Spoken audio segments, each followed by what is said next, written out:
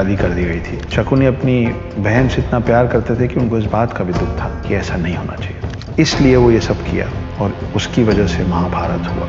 ये शकुनी की कहानी है। तो ये जो कहावत है ना कि विनर्स राइट हिस्ट्री, तो अगर कौरवों का साइड जीत गया होता तो आज हम कृष्ण की जगह शायद शकुनी की गाथा पढ़ते होते।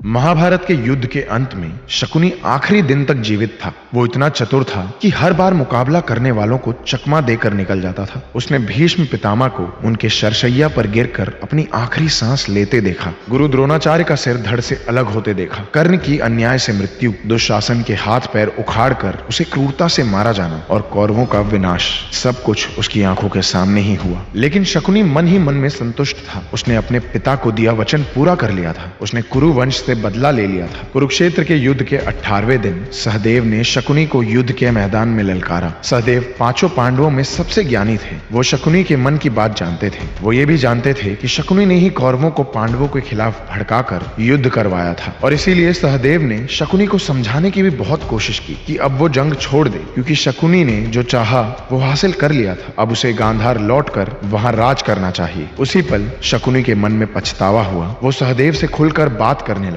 जैसे कोई बुजुर्ग अपनी जिंदगी भर की कहानी एक छोटे बच्चे को बताता है। अपने बचपन की दुखद यादें, धृतराष्ट्र के हाथों उसके परिवार को यातना देना, उसकी बहन का विवाह एक अंधे राजा से होना, भीम को जहर देना, लाक्षागृह का षड्यंत्र रचना और न जाने कितने अपराध जो शकुनी ने इस जन्म में किए थे, उसने वो सब सहदेव को बताया। उसने कहा वो अब और नहीं जी सकता और अब उसमें इस बोझ को उठाए रखने का साहस नहीं रहा। और फिर शकुनी ने सहदेव पर बाण चलाने शुरू कर दिए। शकुनी जानता था कि उसका समय आ गया है और आखिरकार सहदेव ने शकुनी का सर काटकर उसका अंत कर दिया। शकुनी ने अपना कर्तव्य, अपने पिता से किया हुआ वादा पूरा किया। इसी वजह से ऐसा माना जाता है कि इतने पापों के बाद भी मरने के बाद